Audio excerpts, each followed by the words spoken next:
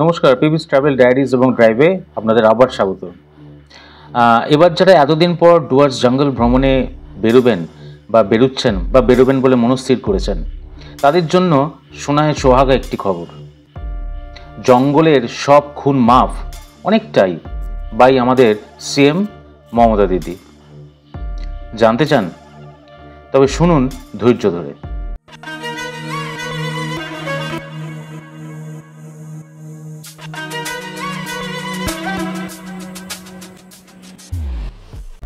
উত্তরবঙ্গের বিভিন্ন জাতীয় উদ্যান এবং অভয়ারণ্যে প্রবেশ এখন থেকে একদম বিনামূল্যে করা যাবে, যা পর্যটকদের জন্য একটি দারুণ সুখবর।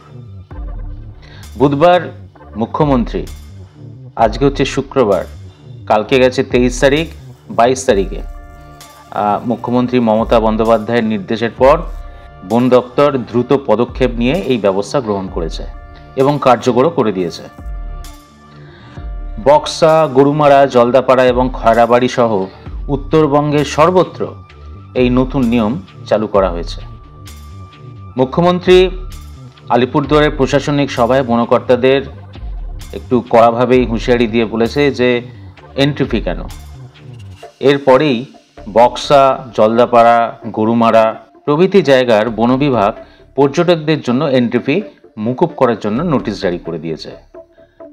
গরুমারার বিভিন্ন ওয়াচ টাওয়ারে আগে পর্যটকদের জন্য প্রতি পর্যটকদের জন্য 200 টাকা থেকে 290 টাকা পর্যন্ত টিকিট ফি দিতে হতো, আর জঙ্গলে প্রবেশের জন্য এন্ট্রি ফি ছাড়াও পার্কিং ফি বাবদ আলাদা খরচা হতো। গরুমারা জঙ্গলের আওতাধীন যাত্রাপ্রসাদ, চাবড়ামারি, মেদলা, চুকচুকি ওয়াচ টাওয়ারে প্রতিদিন মোট 4 বার পর্যটকদের বিভিন্ন স্লটে যাওয়ার অনুমতি দেওয়া হতো। তবে চন্দ্রচূড় নজর মিনারটি বা ওয়াচ টাওয়ারটি বেহাল অবস্থার কারণে এখন বন্ধ হয়ে রয়েছে। প্রতিটি রাইড বা প্রতিটি সাফারির জন্য আলাদা আলাদা ফি নেওয়া হতো।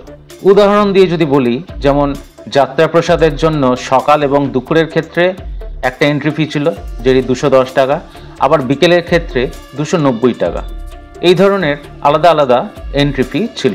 তারপর জিপসি ব্যবহারের জন্য আলাদা খরচ, যেমন 1330 টাকা দিতে হতো এবং পার্কিং ফি বাবদ 480 টাকা মতন নেওয়া হতো। এছাড়াও গাইডের জন্য আরও 350 টাকা আলাদাভাবে দিতে হতো। তবে আজ অর্থাৎ 24শে জানুয়ারি শুক্রবার 2025 সাল, আজ থেকে নতুন নিয়মে এন্ট্রি ফি ও জিপসি পার্কিং ফি সম্পূর্ণভাবে বাতিল করা হয়েছে। আর ডুয়ার্সের পর্যটন ব্যবসায়ীরা এই সিদ্ধান্তে বেজায় খুশি, কারণ তাদের মতে খরচ কমে যাওয়ার ফলে ডুয়ার্সে পর্যটকদের সংখ্যা বৃদ্ধি পাবে।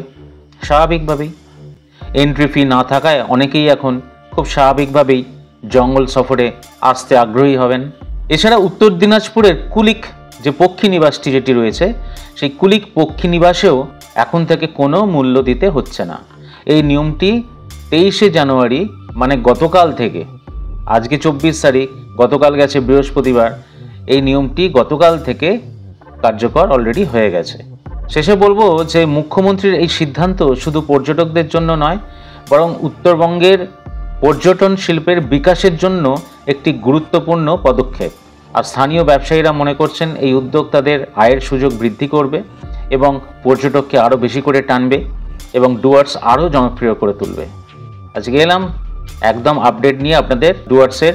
আমি যে কথাগুলো বললাম, আপনারা বেরিয়ে পড়ুন, ঘুরে আসুন। ধন্যবাদ।